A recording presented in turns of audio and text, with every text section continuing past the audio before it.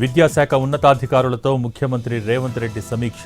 ప్రభుత్వ పాఠశాలల్లో మెరుగైన వస్తుల కల్పనకు ప్రణాళికలు సిద్ధం చేయాలని ఆదేశం. తొలి దశలో ఓఆర్ఆర్ లోపల ఉన్న కోర్ అర్బన్ రీజియన్పై దృష్టి సారించాలని ఆర్డర్. ప్రతి ప్రభుత్వ పాఠశాల కార్పొరేట్ స్కూల్ తరహాలో తీర్చిదిద్దాలన్న సీఎం.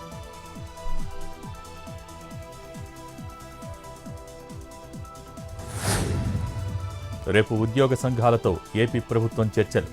డిఏ సహా వివిధ ఆర్థిక అంశాలపై చర్చించనున్న ఏపీ ప్రభుత్వం. ఉద్యోగ సంఘాలతో భేటీ కానున్న పయ్యావుల, నాదెండ్ల, సత్యకుమార్.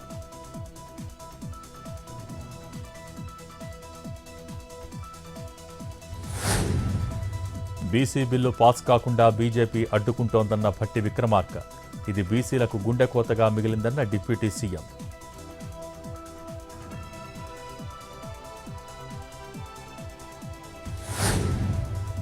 జడ్చర్ల కాంగ్రెస్ పార్టీ సమావేశంలో ఎమ్మెల్యే అనిరుద్ రెడ్డి సంచలన వ్యాఖ్యలు.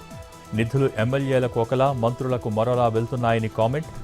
జడ్చర్ల నుంచి మరో 2 సార్లు గెలిపిస్తే నేనే సీఎం అవుతానని వ్యాఖ్య. కాంగ్రెస్లో ఎవరికైనా సీఎం అవకాశం వస్తుందన్న అనిరుద్ రెడ్డి.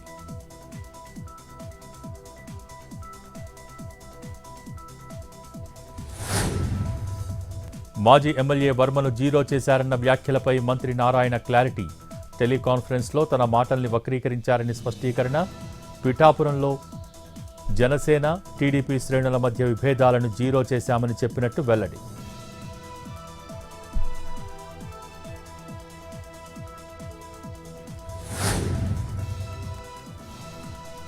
కూటమిలో ఎలాంటి విభేదాలు లేవన్న మాజీ ఎమ్మెల్యే వర్మ. నారాయణ వ్యాఖ్యలను వక్రీకరించి ప్రచారం చేస్తున్నారని మండిపాటు.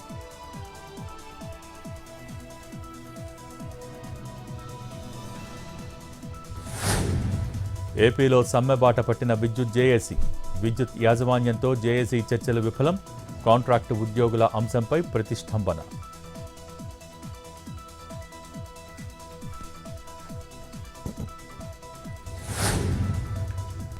నకిలీ మద్యం కేసులో మొత్తం 11కు చేరిన అరెస్టుల సంఖ్య. ఇబ్రహీంపట్నంకు చెందిన సతీష్ కుమార్ అరెస్ట్. తొలి రోజు కస్టడీలో సురేంద్రనాయుడు, కట్టారాజు సహా 10 మందిని ప్రశ్నించిన సిట్.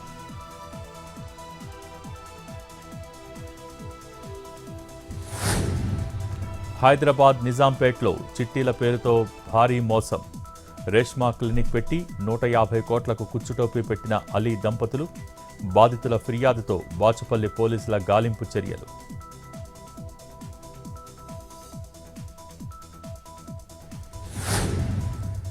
కొమురం భీం జిల్లా బాబ్జీపేటలో గంజాయి మొక్కలు పట్టివేత. పత్తి పంటలో అంతర సాగు చేస్తున్నట్టు గుర్తింపు. 3పై కేసు నమోదు, 2 అరెస్ట్.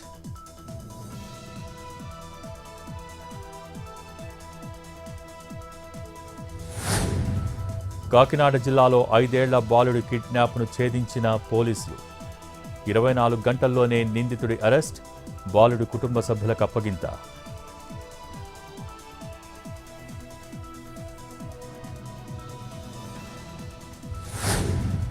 తూర్పుగోదావరి జిల్లా రాజానగరంలో అంతర్రాష్ట్ర దొంగల అరెస్ట్. రాజస్థాన్, మహారాష్ట్రలో 4 నిందితుల పట్టివేత. లారీని స్వాధీనం చేసుకున్న పోలీసులు.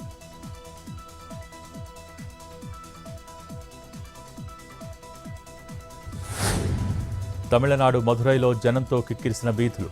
దీపావళి షాపింగ్కు రావడంతో పెరిగిన రద్దీ.